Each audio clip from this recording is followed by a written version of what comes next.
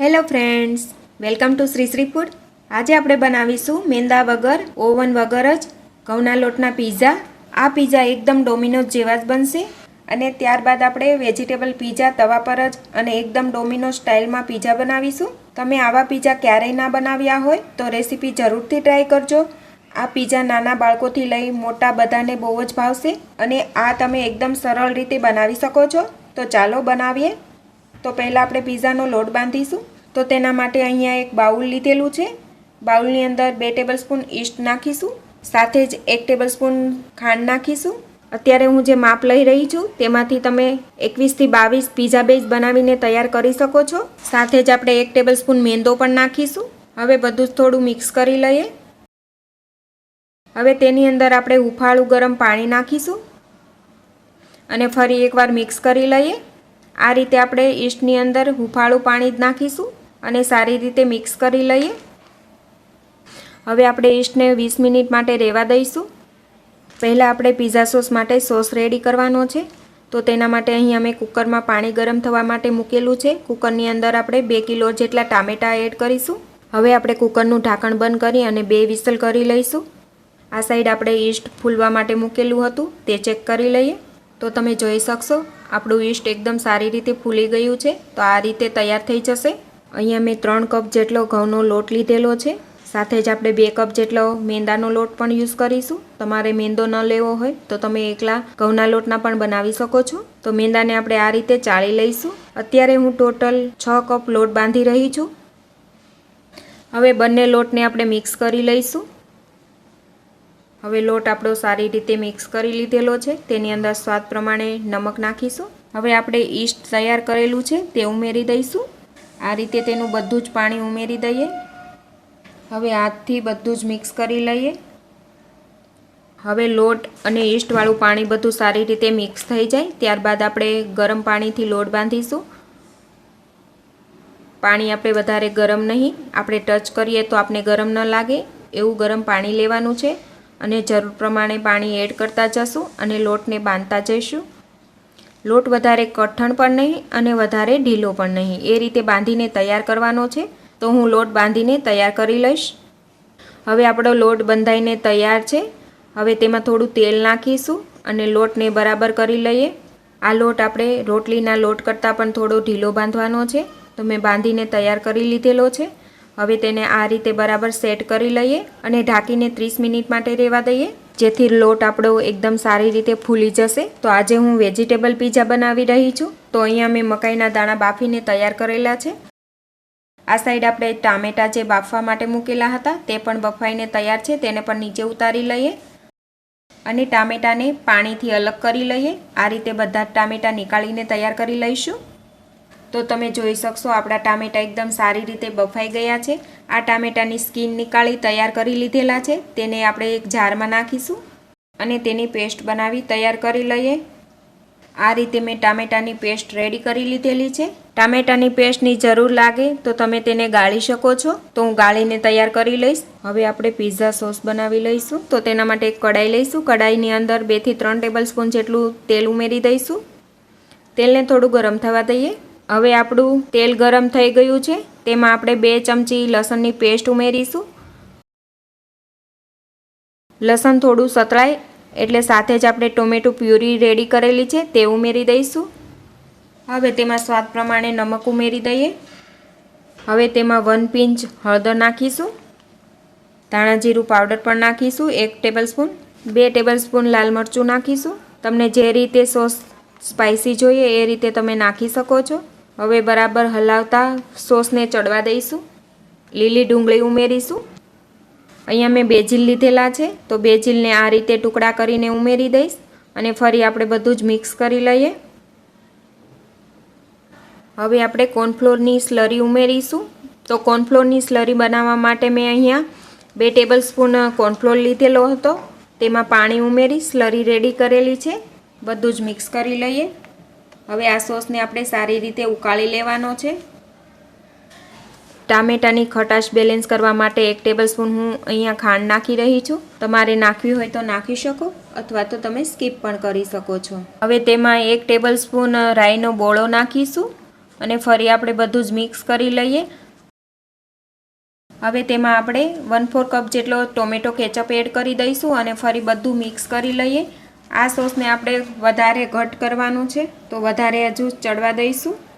હવે 2 ચમચી ઓરેગાનો નાખીશું, સાથે જ 2 ચમચી ચીલી ફ્લેક્સ પણ નાખીશું। ફરી આપણે બધું જ મિક્સ કરી લઈએ। આ સોસને હજુ આપણે 5 મિનિટ માટે આ જ રીતે ચડવા દઈશું અને રહેવા દઈશું। હવે આપણો સોસ એકદમ બનીને તૈયાર છે, તેને નીચે ઉતારી લઈએ।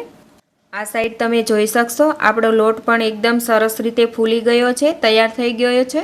આ રીતે જાળી પડી ગઈ છે।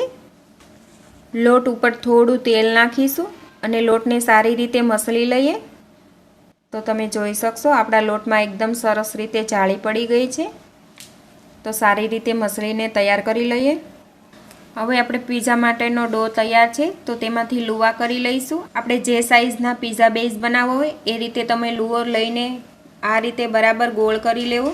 અહીંયા મેં ચોપર લીધેલું છે, તેના ઉપર કોરો લોટ ડસ્ટ કરીશ અને તેના ઉપર લુવો મૂકી આ રીતે રોટલાને થોડો ફેલાવી દઈશું। તમારે જે રીતે થિકનેસ રાખવી હોય એ રીતે તમે આ પીઝા બેઝ બનાવી શકો છો, પણ અત્યારે હું એકદમ પતલો અને મોટો બનાવી રહી છું। આ રીતે રોટલો આપણો તૈયાર છે, તેને ફોકથી કાણા પાડી લઈશું। આ રીતે આપણો પીઝા બેઝ તૈયાર છે।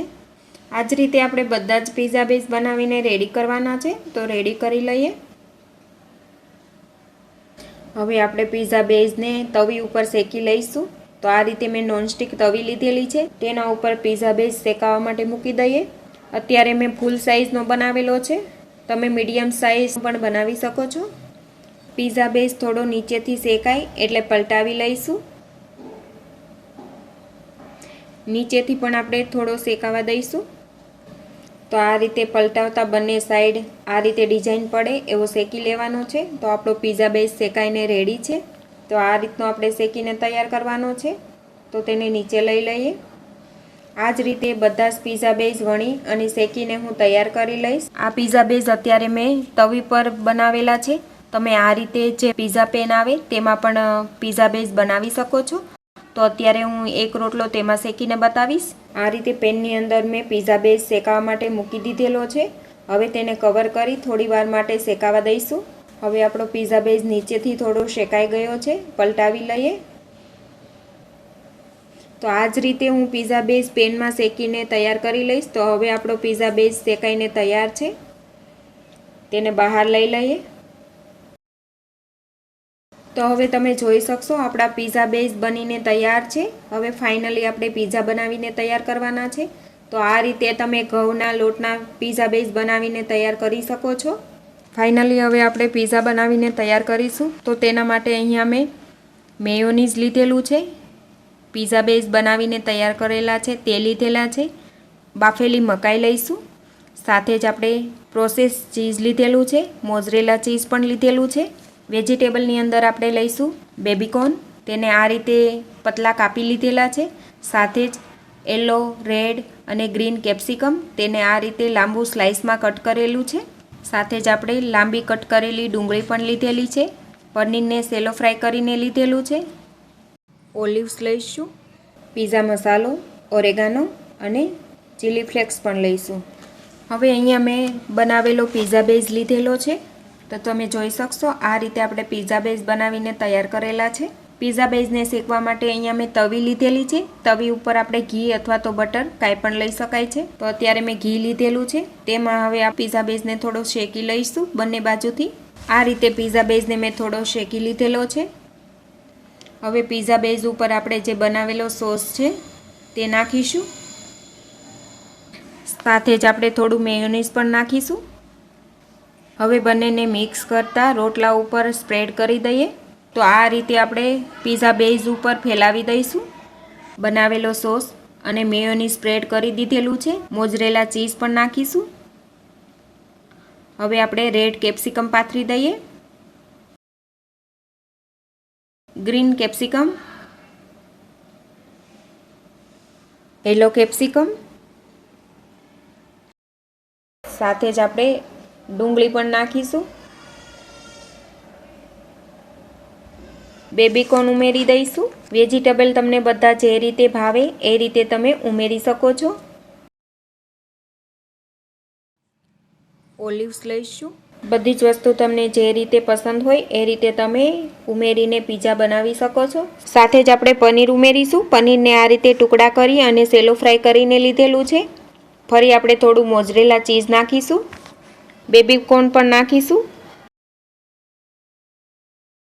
હવે આપણે જે પ્રોસેસ ચીઝ લીધેલું છે તેને આ રીતે છીણીને ઉમેરી દઈએ. હવે આપણે ઉપર ઓરેગાનો સ્પ્રિંકલ કરીશું અને ચીલી ફ્લેક્સ પણ સ્પ્રિંકલ કરી દઈએ. તો તમે જોઈ શકશો આપણો પીઝો એકદમ જોવામાં ટેમ્પટિંગ લાગી રહ્યો છે. હવે પીઝાને આપણે તવી ઉપર શેકાવા માટે મૂકી દઈએ. પીઝાને નીચેથી થોડો ક્રિસ્પી થાય એ રીતે શેકીને તૈયાર કરીશું અને ચીઝ પણ મેલ્ટ થઈ જાય એ રીતે શેકવો. હવે તેને ઉપરથી ઢાંકી દઈએ. હવે આપણે પીઝાને જોઈ લઈએ. હવે આપણું ચીઝ પીગળી ગયું છે અને આપણો પીઝો પણ નીચેથી એકદમ ક્રિસ્પી થઈ ગયો છે. તેને બહાર લઈ લઈએ. તો જોઈને જ ખાવાનું મન થઈ જાય તેવો આપણો વેજીટેબલ પીઝો બનીને તૈયાર છે. આપણે પીઝાને કટ કરી લઈએ. જે રીતે પીસીસમાં ગમે એ રીતે તમે પીઝાને કટ કરી શકો છો. ઉપર થોડું આપણે ટોમેટો કેચઅપ પણ નાખીશું. ઉપર થોડો ઓરેગાનો સ્પ્રિંકલ કરી દઈએ. ચીલી ફ્લેક્સ પણ સ્પ્રિંકલ કરીશું. હવે આપણા પીઝા ખાવા માટે એકદમ તૈયાર છે. તો ફ્રેન્ડ્સ, તમને આજની પીઝાની રેસીપી કેવી લાગી તે મને જરૂરથી જણાવશો. વિડીયો સારો લાગે તો વિડીયોને લાઇક કરજો, શેર કરજો અને મારી ચેનલને સબસ્ક્રાઈબ જરૂરથી કરજો. તો ફરી મળીશું ફ્રેન્ડ્સ એક નવા વિડીયો સાથે. Thanks for watching.